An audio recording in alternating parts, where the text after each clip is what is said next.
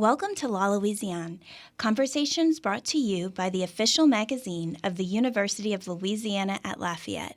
I'm Managing Editor Marie Elizabeth Oliver.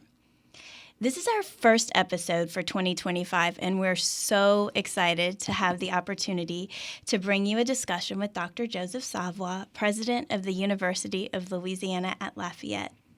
He is guiding one of the most transformational periods in the university's history, and today he's here to discuss that growth. Welcome, Dr. Savoie. Well, thank you, Marie Elizabeth. I appreciate the opportunity to be here with you. Thank you. We're here right before the beginning of the new year. I know the weather doesn't feel like it. But I know last year you spent part of New Year's Day at a special tree planting ceremony for the University Health Sciences campus. Can you share a little bit about the significance of that ceremony? Well, I think that to appreciate the significance, you have to put it in context. You know, oak trees have always been associated with the university. They're a symbol of strength and endurance, our commitment to the future. But historically, our first president, Dr. Stevens, in January of 1900, before we even had our first classes, planted oak trees on what was then a vacant 25-acre sugarcane field. And he planted oak trees on the corner of what's now a university in Johnson Street. And years afterwards, students would collect the acorns, they'd grow little seedlings, and they began to plant them around the perimeter of campus. So most of the several hundred oak trees that we have on campus are direct descendants of those original oaks that Dr. Stevens planted. Then when the university celebrated its centennial in 2000, Dr. Odomar planted trees on the boulevard of the Research Park area on Cajun Dome Boulevard, and those were direct descendants of those original trees as well. So last January, we were in the middle of our academic year celebration of our 125th anniversary as an institution, and so we decided it would be appropriate on January 1st to plant another generation of oak trees there, tying the campus together, tying the history together, the culture, and that same spirit of strength and endurability. Wow. So can you tell us a little bit about the vision the university has for that campus, the health sciences campus? Well, it's also interesting that that's a 25-acre tract of land as well, the size of the original campus. So far, there are existing structures, 2 medical office buildings and 3 parking garages. So the office buildings are in pretty decent shape. They have to be retrofitted to make them more classroom instead of clinical-like. So we've begun doing that in one of the buildings, the Jim Munkus building. We've moved about half of the College of Nursing there, juniors and seniors. We're continuing renovation on 2 more floors. In the next year or so, we should be able to move the entire College of Nursing and Health Sciences there. So that'll be one major location. Then we're going to start building out the other facility and forming partnerships with other health care providers and just expanding that whole area for the university. We also have some new construction that's going to go on there right behind the 2 medical office buildings, a regional simulation center. Much of healthcare training now is done through simulated robotics and that sort of thing. But we're creating a regional center so that it could be used not only by university students, but community college students, people like Acadian Ambulance. It could be used by the hospitals for continuing education for their medical personnel. And we really think that that's going to be a very nice draw to help us drive the growth of that area. Absolutely. So an investment in, obviously, the university and the education, but also something that will benefit the whole community. The whole idea is to grow the healthcare workforce in the region. University is the primary provider of that, but we're not the only provider of that. And we can all do better and strengthen the health of this area if we work together. So we recently had an episode here on the podcast about the new stadium, which I know a lot of people are excited about. This is part of the historic round of construction projects happening on campus. So kind of like we were talking about earlier, what kind of impact will these impacts have on the students and on the community? Well, a primary obligation of the university is to provide the best living and learning environment that we can for our students. So we've been on this track and goal remaking the campus for about a decade now. We started with all new housing stock because, number one, ours was in pretty poor condition, but number two, students are demanding a different type of living environment than they were a decade or so ago. So we did that. We redid the student union. We've renovated several academic buildings. Right now, we recently broke ground on a new engineering building. That'll be followed by an engineering classroom building. We're also renovating Madison Hall, the existing engineering building, into primarily lab space. We'll do something similar for the College of Sciences with a new sciences teaching facility near the new engineering building, creating a new quad on that part of campus, as well as renovating BO and Montgomery, which are two science buildings. Those will become more lab-like, and the new science building will be more classroom-like. There's a couple of things that are going on. One, as I mentioned earlier, we celebrated our 125th anniversary. That means longevity, that means strength, that means we have a lot of old stuff, and so you've got to modernize it. Mm-hmm. The other is the character of the university has changed quite a bit as we've moved from primarily an undergraduate teaching institution to a major research institution. I mean, UL Lafayette is a top 100 public research university in the United States. That's a pretty significant thing. But that's more than just saying it. It means you have to have the infrastructure to support it. So things like science labs, which were designed for undergraduate lab environments, now have to be able to handle researchers, now have to handle graduate students. And that's a different layout, different sophistication of equipment. And so we've got to go in and modernize what we have and build new where we can. So that's a whole new thrust. We've also got BO and Foster Hall and DeCluet Hall, two oldest buildings on campus, one 1901, one 1903. Wow. I think they are the two oldest still in use buildings on any public campus in Louisiana.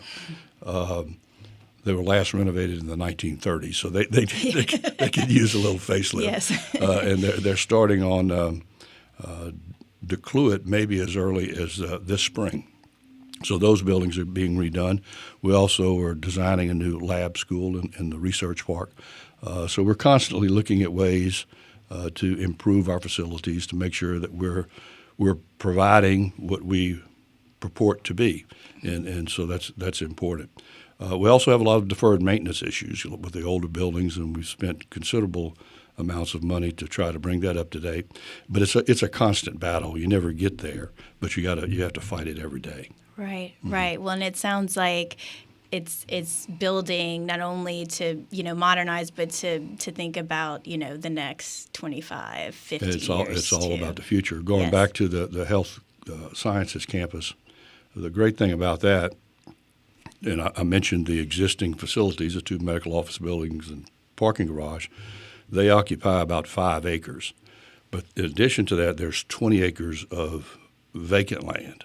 So I see that as the next generation of growth for the university. And so that's why acquiring that was so important. It wasn't what was already there, it's what can be there that was important. So you mentioned research earlier. As the university continues to attract record levels of external funding for research, I know last year it received the largest grant in its history, more than $110 million. What's the benefit of attracting this level of funding for the university and the region? Well, one of the values of a research institution is that it is an economic engine for the region and for the state. Last year, we had about $226 million in research expenditures. In other words, money that we were given, granted, contracted for, and that we spent. We spent it here in this community. We spent it on salaries, we spent it on equipment, we spent it on all sorts of things. And the people who received those salaries went out and spent it in the community on groceries, on gas, on insurance, on all kinds of other things. So that's $250 million that was infused into this local economy just through that one facet of the university's activity. So that's a great value to the region. Another is that we are very focused on economic development and working with businesses to either create or to improve products that they produce, which creates jobs. The university was significantly involved in CGI, which just celebrated its 10th anniversary here, double the number of employees that we originally intended. We were very involved in First Solar in New Iberia, probably the largest private economic development expenditure in this part of the state ever. And so that's the kind of thing that when you gather expertise, and businesses need expertise, and we have it through our faculty and through our graduate students, they want to be around that. So in many ways, research institutions are magnets for economic development, and we're engines of economic development. And through that economic development, you have social development, and you have cultural preservation and all those other things. So it's very important. Plus, we get a percentage of those research expenditures to cover our cost, which helps us in our general budget.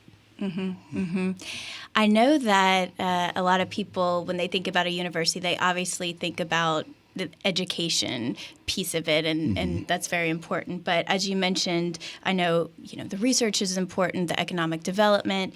But as Acadiana, and I guess the Lafayette region in particular, is kind of trying to identify what its future is as well. The Lafayette just celebrated a big milestone too. How do you see the university's growth and vision shaping the vision of the region of Acadiana and Lafayette?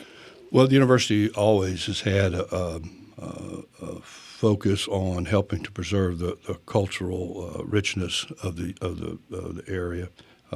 University faculty were instrumental in starting Festival Acadiana Creole and Festival International. It was all driven by people who were here, Center for Louisiana Studies, all kinds of activities that focus on preserving Louisiana's rich cultural heritage and not only preserving but also promoting it. So that's one way that we connect. And the community and the university are linked. Neither one of us can succeed without the other, and we can both succeed with one another. And so we're very active in all kinds of civic activities and committees and planning commissions and all those things. We have people all involved in that to make sure that we stay connected, that we can provide assistance when they need it, or we can provide the right kind of attitude and actions when they need it as well. So we're inextricably linked. And things are bright. One of the pleasures of what I do is every year we have outstanding graduate awards just before commencement. And the most recent one, and every one, you see fantastic stories of young people who are doing wonderful things, accomplish wonderful things through service, through their leadership, through their scholarship. Some of them have overcome huge obstacles, and they're going to be successful, and they're going to be good contributing citizens. I'm not sure they would have had those opportunities if the university wouldn't have been here. And so an obligation that we have is to make sure that we provide the quality environment for people to have an opportunity to reach their full potential. And it's encouraging every semester to just meet and listen to and see the wonderful things that these young people are doing. So we've got to keep up with that. We've got to make sure that we continue to provide the resources that are necessary for that success, that we, as I mentioned at the beginning, provide the right kind of living and learning environment so that people can be successful, the right kind of financial support so that they're not worried about being able to stay in school, the right kind of health environment, the right kind of social support, the right kind of academic support. It's a complicated endeavor, but boy, it sure is worth it when you hear the success stories. I bet.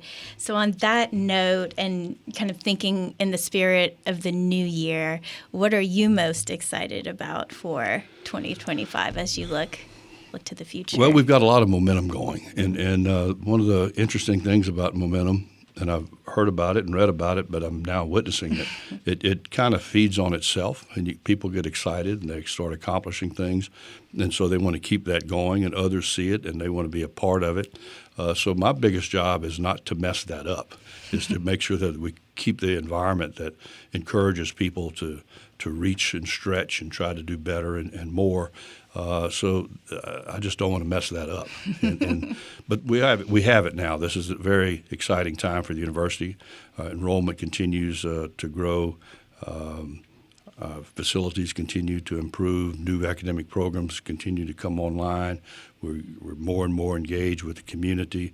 I just see good things happening. Well, we're all excited to see those play out. So thank you so much for being here today.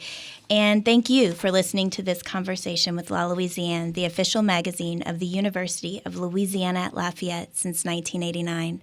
I'm Marie Elizabeth Oliver, managing editor. I hope you'll join us again next month for more discussions with members of our university community. You can listen to an archive of this interview by visiting louisiana.edu/magazine. KRVS is listener-supported public radio for Acadiana, a service of the University of Louisiana at Lafayette. Thanks for listening.